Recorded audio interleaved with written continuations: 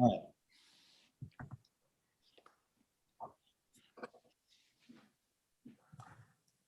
Hi, everyone. Thanks for attending this evening and welcome to another digital program from the Heart Mountain Wyoming Foundation. Tonight, we're continuing our series of programs focused on Shirley Higuchi's new book, Setsuko's Secret. Excuse me one moment.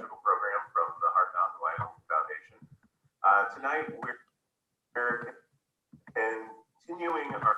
Sorry about that, getting a little feedback there. Thank everybody for coming out tonight. As I said, we're continuing on in a series of different programs we've done with Shirley Higuchi, our board chair, and also the author of Setsuko's Secret, her new memoir and history of the camp there. And I'm Dakota Russell, the executive director of the Heart Mountain Wyoming Foundation. I'm going to be leading things tonight. And in addition to Shirley, I've got with me another author of a fantastic new book about Heart Mountain and the incarceration, The Eagles of Heart Mountain. Bradford Pearson is with us tonight. Hi, everybody.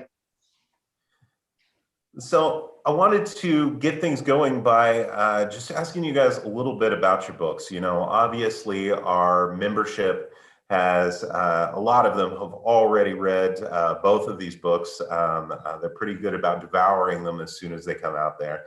But for those of them who have not had a chance to read both books yet, can you just briefly summarize a little bit about what each of your books are about? Shirley, can we start with you? Sure. I guess this is really a memoir kind of overlaced with the historical narrative. So the intended audience in many ways were folks that were interested in hearing a personal story, but also a historical narrative, starting when the Issei's arrived, throughout the camp experience, and then to the grand opening of our Interpretive Center. But the stage is sort of set that on my mother's deathbed, Setsuko, when she passed away in 2005, revealed that she wanted her coat and her memorial money to go to Heart Mountain. And our family members, myself, we were all shocked. We didn't know why she wanted to give to Heart Mountain. But during that whole period, she was secretly sending money there, dreaming of something being built. Yeah, and my book is about the Heart Mountain Eagles, the extraordinary high school football team from Heart Mountain, who I think went on to become the greatest football team in the state of Wyoming. And I use that story to tell the narrative, a similar narrative that Shirley tells in her book. I just take it from a different angle and sort of tell the story of Heart Mountain and Japanese American life through the lens of this group of teenagers and what they were experiencing both in camp and out of camp before and after. So I basically just use the Heart Mountain Eagles, the story itself. Oh, thank you. I guess I could do you. Little cross promotion happening. So, but yeah, I saw that this Eagles team as an opportunity to tell the story of Japanese American incarceration through the lens of teenagers. And that was the direction that I took my book. You know, and what strikes me is that you guys, without attending it, you know, your books came out very close together. I think Shirley's came out last fall there, and then yours just came out last month. And, you know, you guys were sort of running on parallel tracks and never intended to, but they wind up so complementary. You know, there are different pieces of the story that, you know, you'll start a thread in yours and it'll get picked up in Shirley's or vice versa. And so you really come away with just this sort of holistic view of what life in the camp was like. Well, and also Brad and I kind of ran into each other at the Heart Mountain site and at our pilgrimage. We actually did a preview book presentation together before our books came out at the 2019 pilgrimage. So it's just kind of nice that you're with an author that really cares enough about the story to actually, you know, roll up his sleeves and actually be part of our family. So Brad, we really appreciate you coming out and being with us during that time. Well, thanks. I mean, and the thing was that I couldn't have done this book without the help of the Heart Mountain community, you know, and it's not something that I would have wanted to do without the help and consideration and, okay from the Heart Mountain community. And that's why it was really important for me to not only come out to the pilgrimage once and just sort of show my face, but make it something that I not only use as a research opportunity every year, but also as an opportunity to sort of become a part of this community and show the community that I wasn't just dropping in for this story and was just going to bounce out as soon as I got what I needed. But to Dakota's point about the books being complementary, it's interesting. When I was reading your book, Shirley, there were so many times where I would like see a little fact and be like, oh, that was like one thing I wish that I had in my book, or like in that, like this one section where I was like, okay, well, I thought I understood it this way. And I don't think I misunderstood it, but like there's a little bit more clarity coming from reading another book, so closely after, because I read so much about Heart Mountain before the book and doing so much research. But, at this point now it's 2021 and I started doing that in 2018. So it's like, or 2017, who knows, 2017.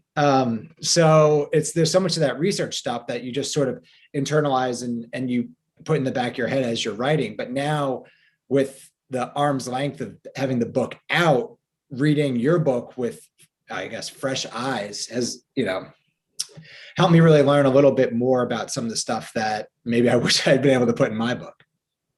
Well, thanks for that. And the one character, it's interesting because, the thing I love about Heart Mountain is I always say there's 6 degrees of Heart Mountain. So if I were to spend more time really digging into your book and your resources, and same thing with mine, I bet we would find like really strong intersections with some of these characters that, I wasn't even able to bring out in my book. One of them, Horst Yoshinaga, one of the football player. I don't know what year he passed away. I don't know if anyone recalls, but he was actually kind of a parallel figure in LA while we were building the Heart Mountain Interpretive Center.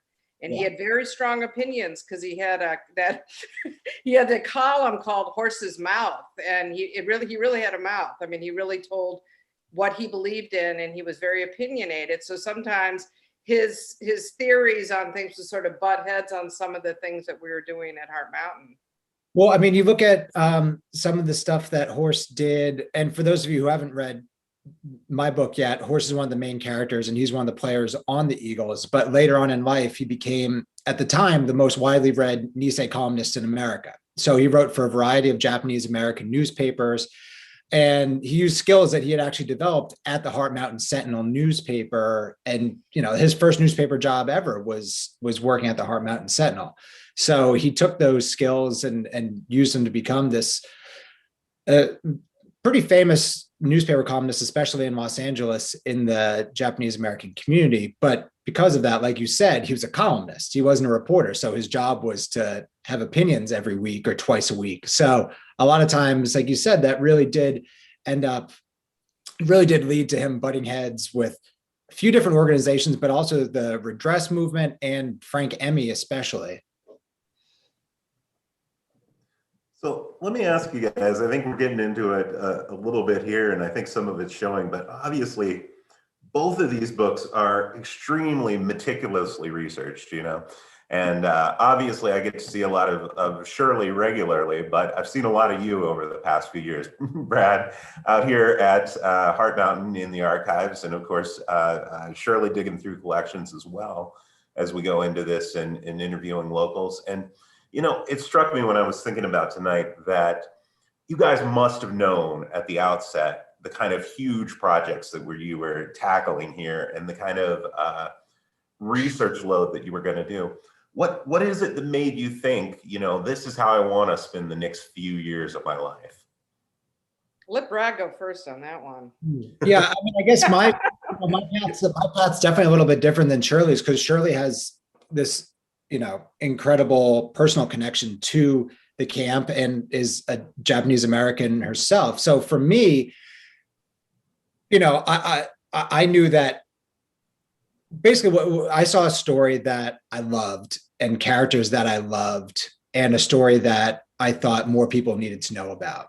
And pretty quickly I realized that I could use this story to help educate tens of millions of Americans, well, ideally, if tens of millions of Americans read this, about a topic that as a white American, I felt like I didn't know enough about or hadn't been educated enough about for years. And it wasn't like, I wasn't a math major, like I studied history and international politics. So, if someone like me can come in and not know enough about, personally feel like they don't know enough about Japanese American incarceration, that means that the general American public doesn't know enough.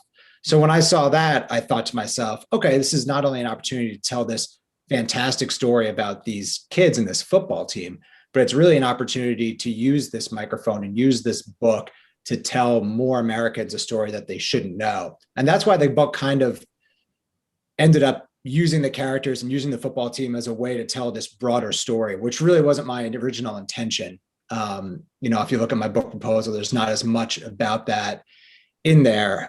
So I decided to kind of never look at my book proposal again and write the book that I wanted to write, which is how the book came out. So yeah, I mean, like you said, it takes a lot of research. And from my perspective, it was just, I knew I needed to catch up so much on Japanese American history and all these different threads that I wanted to run through the book.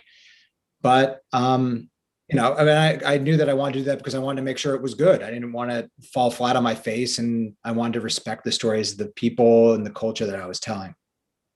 That's great. Yeah. And I think for me, I think there were multiple reasons and why I wanted to document the story. And it really the turnkey was probably in 2008 when they voted me in as chair of Heart Mountain. And I realized that there was kind of no turning back. I remember when Doug Nelson and I were raising money to build the museum, and my dad was giving more money, my family members were giving more money. And I remember one meeting, he goes, Shirley, we can't back out of telling the story anymore. We're in here for the long haul. And I remember in my head, I was saying, look, I mean, I could pull out anytime I want. I mean, I wasn't 150% sold that I would be able to be as committed as some of the leaders were at that time, but it suddenly grew on me. And I started interviewing and talking to more Nisei, really getting to know these characters personally, and really feeling I had an investment in terms of telling what their history was all about. So for me, and this is the hardest part about Setsuko's Secret and being Japanese American, is that you're not taking from a journalist perspective or a third person or a scholarly perspective. You're really telling your life story and the story about your family that was carefully hidden for many, many, many years, because the Nisei, the quiet Americans, really didn't talk about the depth and range of what their experiences were.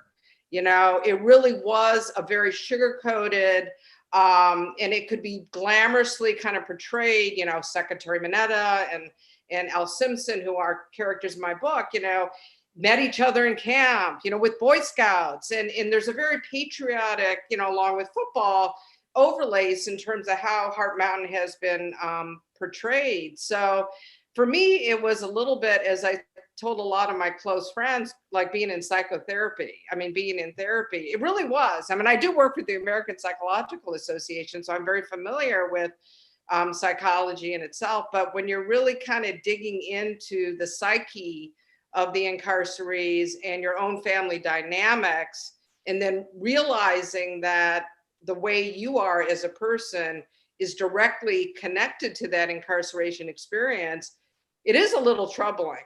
And I don't know, I mean, Brad, I don't know how emotional you are, but for me, it was a lot of constant tears and embarrassing, little breakdowns of, even on the airplane, I was reading the manuscript and I started crying. Everyone was looking at me and like, what's wrong with you? But it was constantly that emotional upheaval for a very long period of time. Yeah, well, Shirley, in reading your book, you do this thing really well in it, that you take these situations and you incorporate your family history into them, but then you also talk about sort of what those seeds, or how those seeds of incarceration were planted in your family, and then the emotions of them over the past decade, that I thought was really effective. And I thought that it helped tell the story in a way that mixed the styles of different books about incarceration together in a way that I hadn't seen before, because there's so many that are straight memoirs and there's so many that are sort of academic. And then there's sort of the folks in the middle like me that do sort of the journalist side of it. But yours was one of the first that I had seen that sort of does that, overarching look, but then also really digs down to how this affected your family in a way that I couldn't imagine. It was much more difficult to write that than what I wrote. The work, there was just two different kinds of work that went in that I had to do differently than you, and you had to do much differently than me from the emotional side of it. Right. Well, I mean, I'm sorry, I didn't mean to interrupt our moderator, Dakota, but it's like one time when I talked to Professor Eric Muller, who was the co-chair of our museum, he's also written a lot of books about the incarceration. I got the sense his family history about the Holocaust and his family members being murdered in these concentration camps, it was too painful for him. Because I said, well, why don't you write about your own family history? And I think a lot of it is really painful. The reason why you see a lot of non-Japanese Americans who write about this is it is hard to write about something that your own family experienced. And I think, it's just too close for comfort when you're talking about your own parents that were incarcerated as children, I mean, they were just kids. So it is really difficult, especially if when you were growing up, it wasn't in my history books, it wasn't in my college coursework, and your parents really didn't talk much about it, and your relatives, not because they didn't have a story to tell, it's because nobody really gave them permission to talk about it in the way that they're given permission today. So the more books that we get on this topic, I think the better off we'll all be as a society. So Shirley, you actually there set up the next thing I wanted to ask you about, which is, you touched on it a little bit here, but one thing that I know we've discussed over and over throughout these different book talks that we've had is this idea that the incarceration carries with it this intergenerational trauma that sort of ripples down and is still there in many ways in the Japanese American community. And so I kind of want to ask you talked a little bit about the emotional part that you have to go through and the idea of trying to heal from that, the community trying to heal from that. Do you feel like writing this book was a healing journey for you in any way? And I guess follow-up question, do you hope that it will serve that purpose for others? Well, that's a really great question. I mean, a lot of the folks that I've been doing book events with and have been pulling me in, I've been working a lot with Dr. Satsuko, who's a psychologist that was actually incarcerated at Tule Lake. And she's such a great representative for our community. But a lot of I participate in these Suru for Solidarity healing circles, which for the first time, a lot of these Nisei and Sansei and Yonsei are talking about what happened to their families. And they all gravitate to that chapter 14, the generational trauma and model minority. And I almost didn't put that in the book because again, I was like hyper-focused on, I'm going to write a book about the incarceration. It's going to be a historical piece.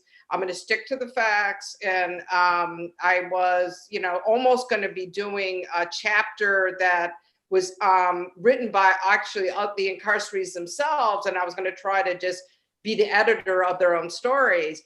But first of all, it's hard to get the Nisei to talk. I mean, nobody wants to write their own story. They want you to write it for them. So thank you, Brad, for doing that. And it was very difficult to do that. So everyone said, you need to really make this a memoir and make it come from your perspective, because you're not going to get the guts of your family's experience if you sort of distance yourself from the story from a third party perspective. As to whether it actually has healed me completely, I would say not yet. And I don't know when I'll get there. I think writing the book opened up a lot of wounds. And it's almost like I'm looking back, talking to my mother about why she did certain things, and now I'm not going to start crying. Thanks a lot, Dakota. But, it's like, it's really difficult to start learning more about your family after your mother dies, right? I think the ideal situation or this glamorous view about family history is that you're always learning about it. You see all these, these stories on TV where kids are learning as they're growing up, like Little House on the Prairie or something. But it wasn't like that for a lot of Japanese Americans. I mean, we really were not told much of anything. It must have been hard, Shirley, to go through that and have this sort of emotional resonance, this emotional reaction, and then have follow-up questions that you couldn't ask your mom. like that would have been really hard for me. And I'm sure that it was probably difficult for you too. Yeah, it was really difficult. I mean, I think one of the most striking things that I found, first of all, I never understood why my mom named me Shirley. Like, who would call their kid Shirley? Think about it. How many Shirleys do you know? Like maybe Shirley Temple, And I never liked that name. And I was looking at my mom's relocation files and noticed how they were doing the Jones personality test and a lot of psychological testing and profiling of these children and categorizing. I mean, some of the stuff was really crazy. But the teacher was really making some notes about my mother. And in the corner of her application or whatever she was, or her test or whatever she was filling out, was the name Shirley in the corner. It was like the teacher or the counselor was naming her Shirley because Setsuko was too hard to pronounce and they wanted to Americanize her. So when I saw Shirley written in her WRA file in the corner, I was like, geez, like that's where my name came from. But it's not that my mother didn't like the name. She obviously liked it, but she didn't like it enough to keep it for herself. So I was going to ask her, when you say asking questions, why didn't you keep that name for yourself? Why did you give it to me? From my perspective, though, it's also kind of speaks to, the white administrators and teachers of the camp. Like, your mom's name was probably one of the easiest names to say out of, like, it's not the most difficult Japanese name to say. And even at that she couldn't like just try to say a name that's completely phonetic, so. Right. So you guys are touching on something that I actually wanted to talk with you about, Brad, which is, Shirley's mom, obviously, when she was in camp here, was a teenager and, at a very vulnerable point in her life, and most of the book characters in your book, Brad, are teenagers, and your book, I mean this in the best possible way, is a very teenaged book. It's filled with those like high emotions. It's filled with that sense of vulnerability. It's filled with that sense of danger that sort of comes with being a teenager there. And these characters kind of turn out to be, the perfect sort of point of view characters for entering into it, these teenage kids. And why do you suppose that is? Why do you suppose there's such a great entry into this history? Yeah, and I think that's part of why I thought that I was able to sort of hang a lot of the other history on these kids. And that's because we've all been teenagers. Anybody that's at the point where they're able to read this book from a reading level standpoint has been a teenager in their life. So you understand the emotions that come with being a teenager. You understand the things that are expected of you from your family, but then also the things that you actually want to do with your life. And, a lot of that sort of the responsibilities that come with being a teenager, but also the ability to kind of screw up a lot and still have a second chance at life. So that was when I realized that, these teenagers at Heart Mountain were experiencing something. Obviously, they're experiencing something profound that most American teenagers don't experience, which is that they have to end up in a camp.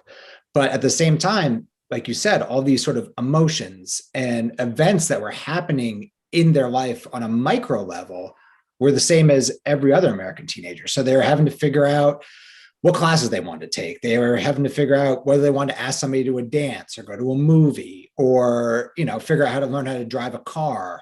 And they sort of had to work within the hierarchies of a teenage life. So they had to work and figure out who's the star quarterback is obviously going to be a shoo-in maybe for class president the next year. So you have these things where I wanted to make these characters as relatable as possible to every reader. And I didn't really have to go that far to do that because, like I said, everyone's been a teenager and you understand what that life is like, whether you're in, behind barbed wire in Wyoming or you're, a 16-year-old living in Philadelphia in 2021. There's a lot of things that kids can relate to in both of those worlds. And that was also what helped me make the connection between the football team and the resistance movement too, right?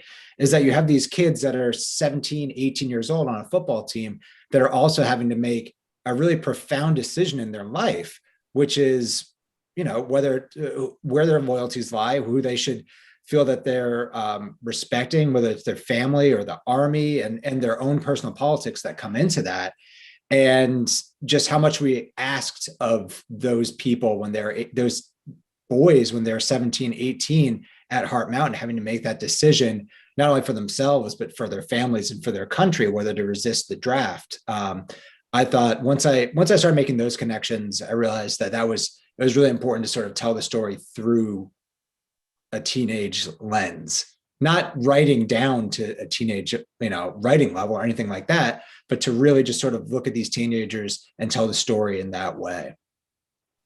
Yeah, that's a real great answer. I think what I find really interesting is what age are you incarcerated? Being 16 years old in Heart Mountain was very different than my parents, who were actually only 11 when they went in.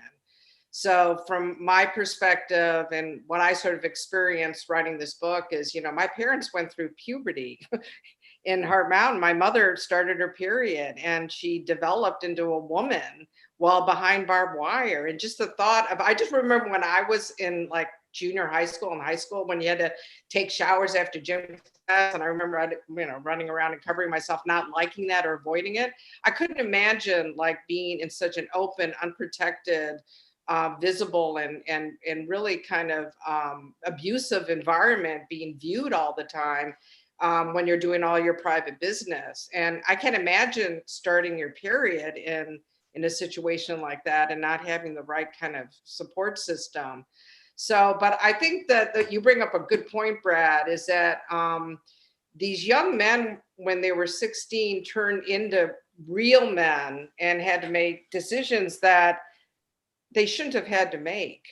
Right. And, I've been told repeatedly that scientists are now finding that brains aren't even fully developed until age 26, which explains a lot about bad decisions I've made in the past. But you feel better about yourself, yeah. But I mean, to expect a child, an 18-year-old or child, in my mind, to make a decision about something as big as resistance versus to risk your life and to die for a country that's incarcerating you is really outrageous. In my book, I really study the life of Dr. Takashi Hoshizaki, who had to make that decision. And what I was struck by reading his war relocation files is just how centered and analytical he was at age 18. Yeah. I mean, it's shocking, and he really thought it out. I mean, he said, I'm willing to fight if you restore my rights. Right. Just that. And he went to federal penitentiary for resisting. So I read through Tak's diary too, like that little tiny. Right. And it's just so interesting to see somebody who's obviously so clear-eyed and so thoughtful in the way that he's considering not only the decision he's making, but how that decision is going to affect his life. There's that little thing that he says in your book about, sort of poking his head out to make sure that he's in the photo with the rest of the resistors when they take that image of them at the federal courthouse in Cheyenne. That I think is, it really speaks to him understanding that moment. And the fact that he was doing it when he was so young is really just, it's incredible. It's incredible. And he went through so much during his lifetime too. I mean, he was ostracized by his own community because the resistors within the Japanese American community were considered cowards, when in reality, they were modern day, what we view as civil rights activists, which is totally accepted today. So I really see him as a visionary. He was somebody who was able to look ahead to the future.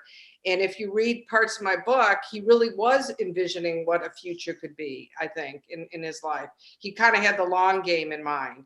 And that's the reason why he moved into the picture, because he knew one day that it would become important. So, question for both of you.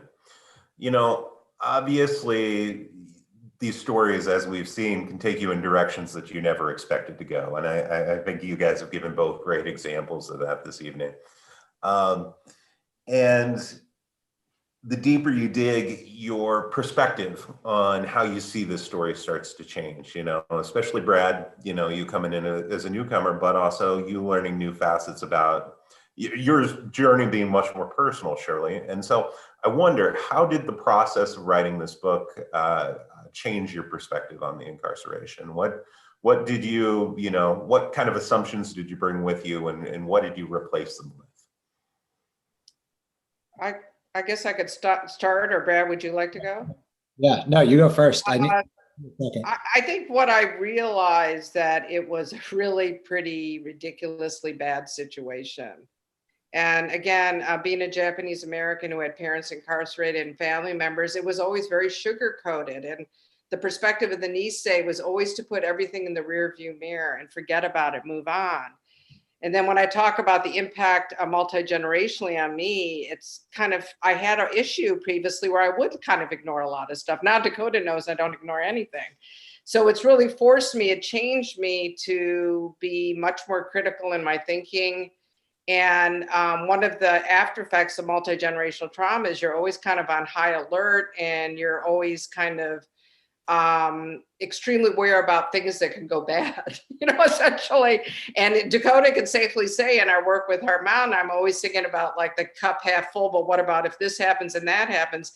And I think that my view on the incarceration changed, that I didn't really believe what I learned when I was a kid, which was, it really wasn't a fun place to be.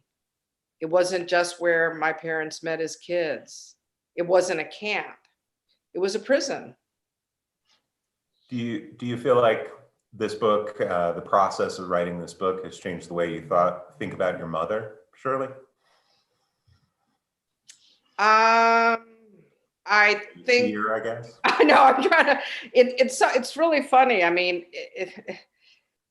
I find myself talking to her even today out loud, and it's usually more like, why did you do that?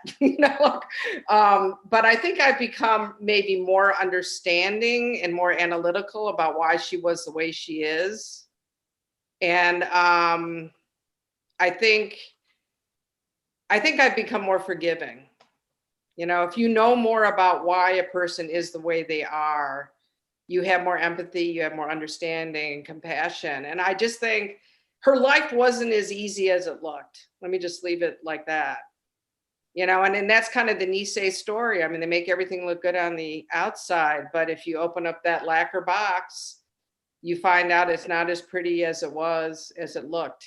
And my mom didn't like to look at messy and bad things. And that's great when you're maybe doing an event, but it's not great if it's your entire life. You know what I mean? Yeah, I'd say from my perspective, it was, so I grew up in Hyde Park, New York, which is Franklin Delano Roosevelt's hometown. So from my perspective, my whole life had been, I went to FDR High School. My high school mascot was the presidents. I went to a middle school, and our post office were built with New Deal funds. And Roosevelt was everywhere in town. It's everywhere you look, it's on signs. And, you sort of grow up with this idea of FDR being lionized in that community as the things that he did to help save America through the New Deal and through the war. So this is obviously, Japanese American incarceration is obviously a huge black spot on Roosevelt's legacy. And I felt like it's brought a little bit of clarity to me in terms of how we look at that in the overall picture of Roosevelt's legacy. And, it's made me think a lot more positively. I mean, I was never thought negatively of Eleanor Roosevelt, but, the work that she tried to do in terms of helping the Japanese American community during the war, those are sort of the things that, there's lots and lots of things in writing this book that you learn and sort of your opinions change on.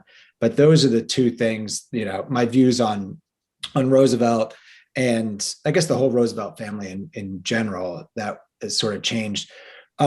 If I can answer it, the second thing about it is that the book changed a lot.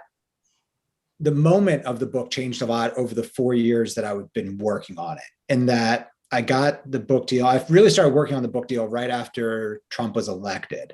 So then over the course of those 4 years, you end up, you have these moments in the Trump presidency that the story relates to, right? So you have family separation, or you have the Muslim ban, and then more recently with everything with the insurrection and the most recent election, I think that this book sort of becomes this parallel with disinformation and misinformation. The same sort of misinformation led to Japanese American incarceration as did to a lot of the, claims of election fraud today.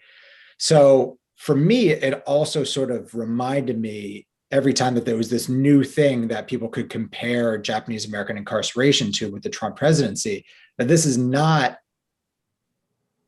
history. This is today. These are things that are repeating themselves, that there's a reason that so many of these things are being compared to Japanese American incarcerations, because they're also very bad.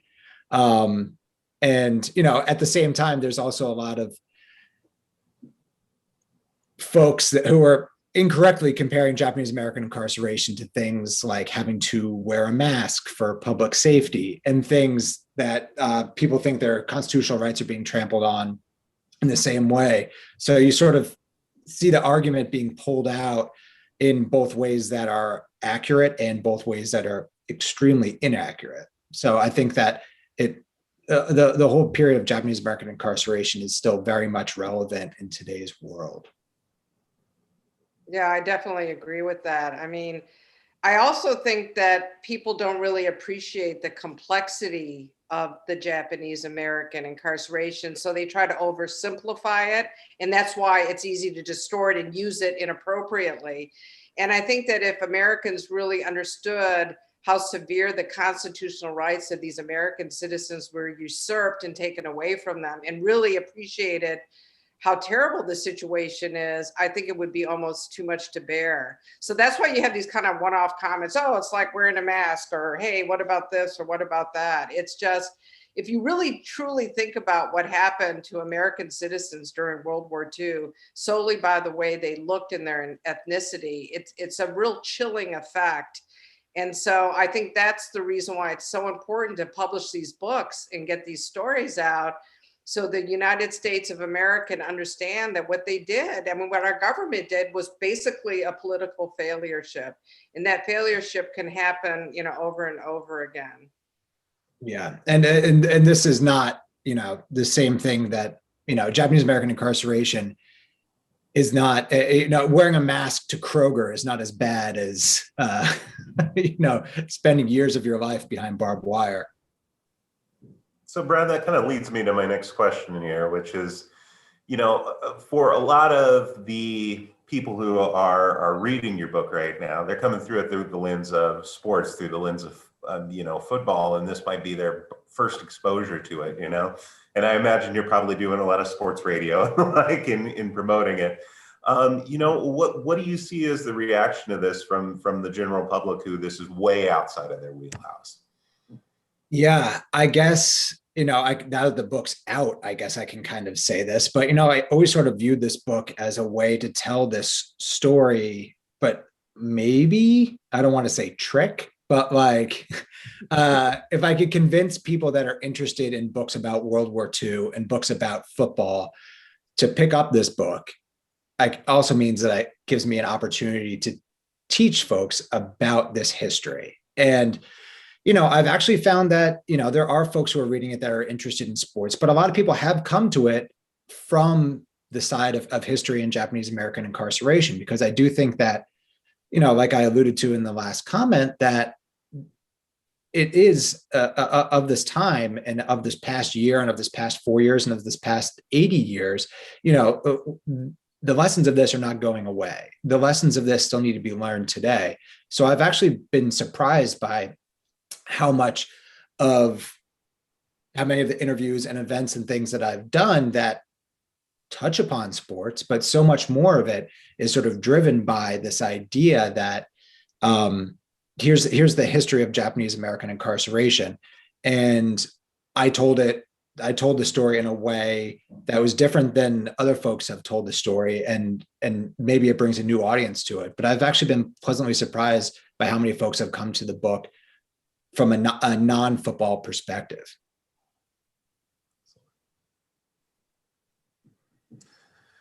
So One more question that I wanted to ask you guys before we open this up to the audience, is one thing that I've heard over and over again from our members who have been reading through these books and posting on social media about their experience there, is that they both feel very cinematic. Obviously there's this underdog sports story, and there's in your book, Brad, and there's this sort of touching family drama that runs throughout Setsuko's Secret, Shirley.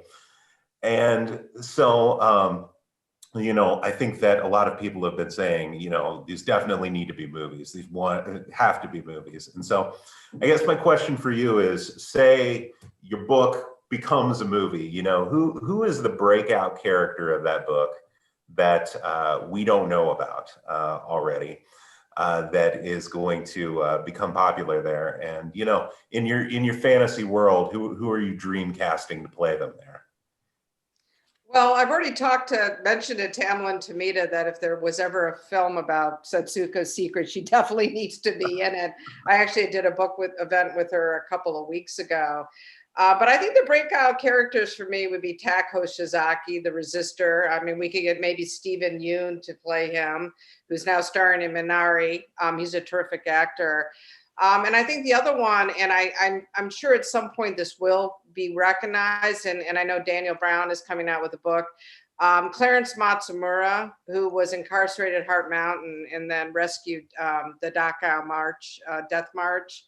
And that whole experience rescuing the Holocaust survivors was debilitating for him.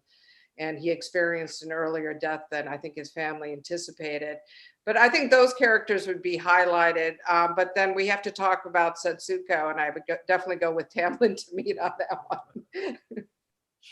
one. Yeah, I mean, that, to answer the second part of your question first, is that it's unfortunate that there aren't any Japanese American teenage actors that I can call to mind to sort of answer that question. And that's part of, the issue that Hollywood is trying to deal with these days, I think. Like even, Stephen Yoon is Korean, so it's a Korean American. So it's like one of those things where you say, like, there's not enough people in Hollywood, and Hollywood hasn't given folks, especially Asian American actors, enough of a chance. I think that's changing a little bit, but I can't, it's hard to even think of somebody off the top of my head that could play any of the main characters in my book, especially when they're teenagers. But, a lot of this book is focused on the friendship between Babe Nomura and Horace Yoshinaga. And I think those would obviously be two of the main characters. But I think that someone like Stanigawa, who spends his childhood in Hawaii and then comes to the United States when he's a kid, I get into this a bit in the book, but the way that Japanese Americans in Hawaii were treated was much different than Japanese Americans on the West Coast. So had Stan and his family, had stayed in Hawaii instead of coming to Los Angeles, he would have had an entirely different life. And I think that there's a way to tell that story. And, Stan's life, this gives away a little bit of the end, but Stan ended up being a volunteer at the Pearl Harbor National Park later in his life. So you have to think, what's the emotions that goes through that guy's mind every day when, he puts on his VFW hat and he goes to the USS Arizona and people are asking him, what side of the war did you fight on? And I think that there's something there that, whether this becomes a movie or not, and whether that's a part of it, I think that there's a story there that really needs to be told to even a broader audience than the book. Well, we do have some questions that are starting to come in from the audience, guys. And I do want to encourage all of our viewers out there, if you've got questions for Brad or Shirley, please get them into the chat right now and we will ask them in here. But I want to start with one that's a little bit about what's going on right now. Since both of your books came out during the pandemic, are you guys finding it easier or harder to promote your work right now? I think now that I'm kind of looking back at it, I think for me, it's been harder. I'm a people person, at least when it comes to stuff like this, and I like interacting with the crowd. And I really had a big book party planned in Washington, D.C. that I never got to execute. So I'm feeling a little down about being in this pandemic. I think that having these Zoom meetings and really being able to get out this way has been great, but I think there's nothing like pressing the flesh and signing the book, having your own, being able to sign it for folks. How about you, Brad? Yeah, I mean, I agree with most of what you're saying. It's my first book, and it's funny, like, because I knew that, I turned the book draft in December 2019, and then it was like when the first wave of the pandemic, when it was like March and things were really bad here in Philly, March and April, I was like, all right, well, this won't affect me. My book doesn't come out till January, like I'll be fine. And then it was like, okay, well, it's like, well, maybe I won't be able to do this thing. Maybe I won't be able to do that thing. And now it's just, for me, it's like trying to make the most of this. And, even the timing of when my book came out, my book came out January 5th. So the night of my first book event on the 6th was the night of the insurrection on the Capitol. 1 week after that was impeachment, was another event. I had another book event planned that night. So I've been doing, I've been still doing all the events, but every night I get on, I sort of say something like, I thank everybody for coming tonight, despite everything that's happening in the country. There are a lot of other ways you could have been spending your evening, or a lot of other screens you could have been looking at.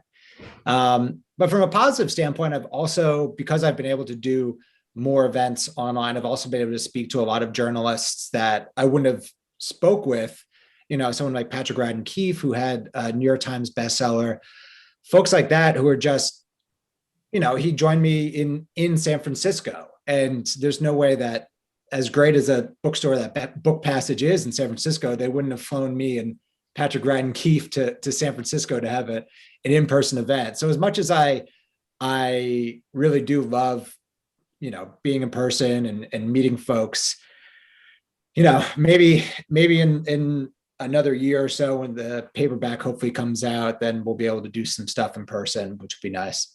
When the movies come out, guys. Oh, of course. When the movies come out. I just assumed. Right. I think it's okay. I mean, I guess, it's always a good excuse to have a party when the pandemic is over, So Brad, we had another question for you, which is really one that I'm sure a lot of people are interested in, which is, how did you even first learn about the story of the Heart Mountain Eagles? Yeah, well, I can thank the Heart Mountain Interpretive Center for that as well. And that years ago, I was on a press trip put together by Heart Mountain board member Claudia Wade. That was about Cody and Yellowstone. I was working on a story for Cowboys and Indians magazine, and Claudia took us to the Interpretive Center.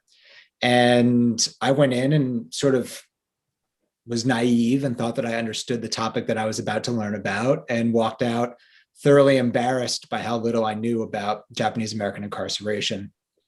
But there is, as you two know, there's one very small section of the museum that talks about the Heart Mountain High School football team. It's only a couple sentences long, but it's something that really stuck in my mind at first for an hour, and then a week, and then months, and then years, until I eventually started pulling at this story and reading more, and started bugging people at the foundation to send me copies of the Sentinel and things like that, until I eventually did enough research to really think like, oh, maybe this is a bigger story that needs to be told. And that was, it all started with just a visit to the Interpretive Center, that I always think that if I hadn't read that one panel, my entire life could have been different. That's great. That's a great story in itself. We'll Yeah. have to thank Claudia Wade for that one. Yeah, we should give a shout out to Claudia, who, in addition to being the leader of our travel council here in Park County, bringing reporters through, is also on the Heart Mountain board with us. Right. And the treasurer. Mm-hmm. And is the treasurer, yeah. We've got one more question coming in, and it's a great question. And I would ask you guys if you could get the covers up on screen there again. Where can we buy these books? Well, I mean, at Heart Mountain Wyoming Foundation website, www.heartmountain.org. And both of us are on Amazon, and the publisher. I don't know if there's anything else, Brad, any magic you. Bookshop, Barnes and Noble. Most Barnes and Nobles in the country, I think, have copies of this. So, which has been exciting for me to, last week I drove across the bridge from Philly to South Jersey and wandered into each Barnes and Noble and just said, excuse me, do you mind if I sign these copies? And they let me. You can just do that. It's great. Do they ask for photo ID or anything, Brad? I was like, okay, well, I'm sure there has to be some sort of process here. But then they're just like, oh no, here you go. And I was like, I could be Joe Smith and signing these 4 books. But so Barnes and Noble has a lot of them, Amazon, but I implore you to support the Heart Mountain Foundation. JANM, the Japanese American National Museum, also has copies of the book. So once you buy them, once you sell out all the Heart Mountain copies, then support JANM. And Brad and I will probably be, at future pilgrimages on site. This year, ours is virtual, and Brad will be participating on a panel with me with Daniel Brown that's coming out with the book. But I'm sure Brad will be coming out, when we're open, and we will have a big party out there, and everyone's invited. Awesome. Also say for those of you in Wyoming, if you don't buy from the Heart Mountain Bookstore, Legends and Cody also has both of these, and they do a fantastic job over there too. So we have not a question, but a comment for you, Brad. Sheila Newland says, thanks very much for interviewing her Aunt Bunny Ogamachi. Well, Bunny, a lot of the talking about teenage life, a lot of the teenage facts and sort of emotion from in the book is because of the hours I spent talking to Bunny Ogamachi, who I just put a package in the mail for today. So if Bunny is watching, then you should expect that in a few days. But yeah, no, I just want to thank everybody in the Heart Mountain community that I interviewed or talked to or had them pull something out of the archives for me when I desperately emailed you for something. This book, I hope it speaks respectfully, and I hope it honors the Heart Mountain community. And thank you again so much for everything that you've done for me. Got a few more questions coming in. First being, are either of you or both of you thinking about writing more books?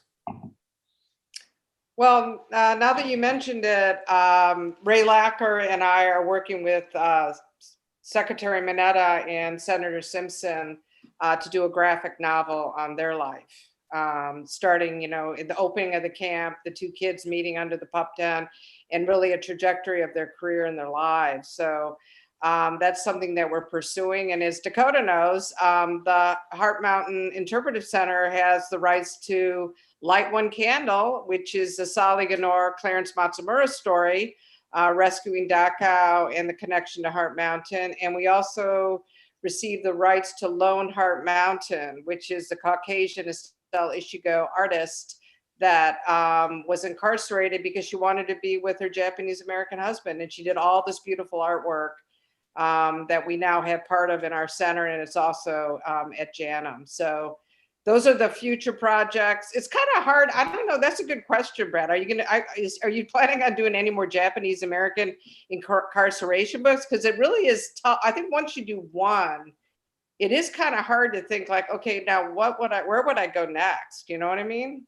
Yeah. I mean, the stories that you said, like, that's really exciting. Like, especially, from doing this work, like you and I and Dakota know Estelle Ishigo's story, but it really tells a story that most people don't know and need to know, a story of sacrifice and a story of, and a story in the end of what the country did, not only to Japanese Americans, but to their family members who weren't Japanese.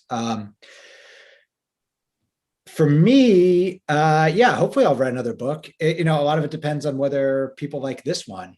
If people like this one and publishers think that they could, that I'm worth writing another book. I have 2 ideas in my head, but now I guess it's time to actually start working on them. But then from a Japanese incarceration standpoint, I was lucky enough this past summer to be able to write a couple of stories for the New York Times Beyond the World War II We Know series, where I took a few different strains of Japanese American incarceration stories that I wasn't able to tell in the book, or wasn't able to tell in depth as I'd like, which was life in Little Tokyo before and after the war, and then life, what housing situation was like for Japanese Americans when they left camp and were sent back to, or, returned back to the West Coast.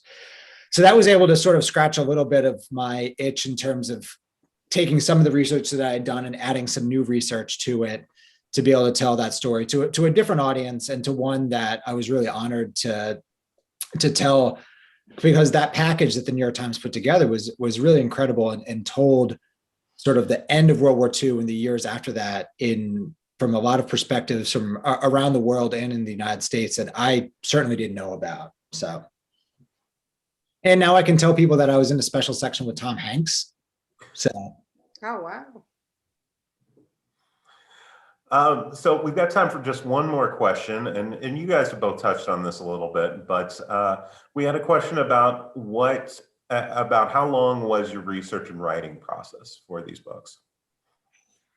What is it, Brad? Go ahead. Why don't you go first? Yeah, so I started working on it in earnest in 2017, and that was when the first time I looked back a few weeks ago when I was started doing book promo stuff, and saw the first email that I sent to Jan Mori, who is Babe Nomura's daughter, was in May of 2017. So once Jan started talking to me, that really started getting the ball rolling. And then I came to that first pilgrimage that I came to was in the summer of 2017. And that was really obviously eye-opening for me personally and emotionally. But from a research standpoint, that was like, okay, I started to get enough sources. And then that fall was when I put my book proposal together with my agent. And then had I remember it was Valentine's Day of 2018. I was in New York and sold the book, and then started working on it full time in May of 2018. And then for 18 months, it was either researching or writing the book. So depending on how you look at it, it was my full-time job for 18 months.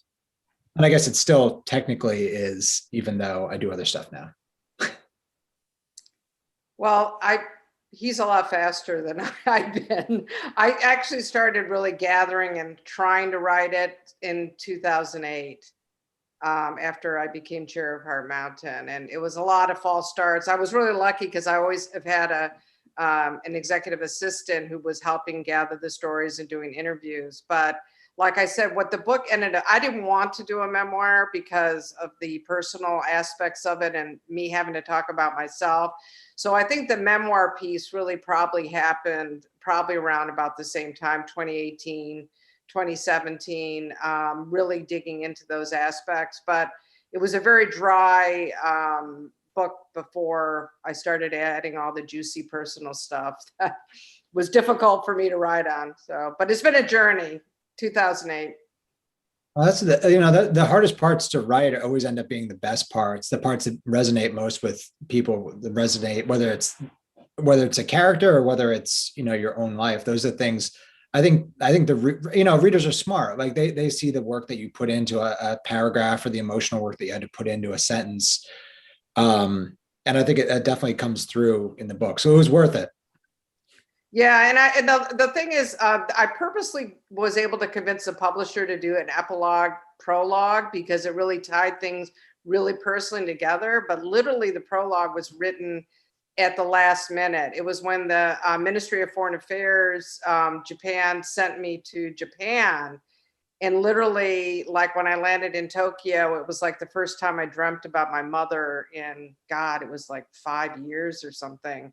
And that really ended up being the conclusion of the book, that my mother, I dreamt of my mother being very different than I remembered her when she was alive. And she was just a relaxed, happy, young, beautiful, flitting around, twirling around. And I sort of envisioned that person, the person I hoped I could be eventually in my life, and how I think she would have been if the incarceration never took place. So that just came out of nowhere. That was a dream. So I mean, the book would have sort of fallen flat if I didn't have something like that come into the play. So I'm glad I went to Japan and had the dream. That's all I can say. Well, guys, we are just about out of time. I want to say thanks to both of you for joining me tonight. This has been a really fun conversation to have. I encourage everybody watching out there to go out and grab those books and read them if you have not already. They are both pretty fantastic. And I want to encourage all of you to keep tuning in. We've got some exciting stuff coming up later on this month.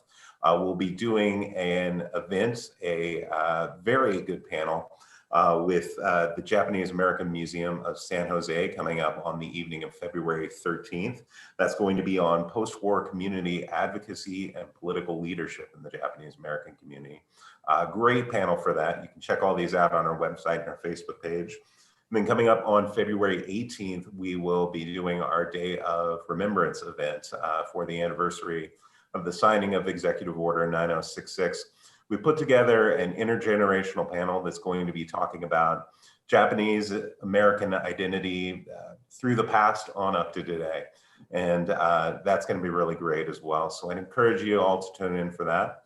But for now, have a great evening and we'll see you soon. Thank you, Dakota. Great job. Thanks all.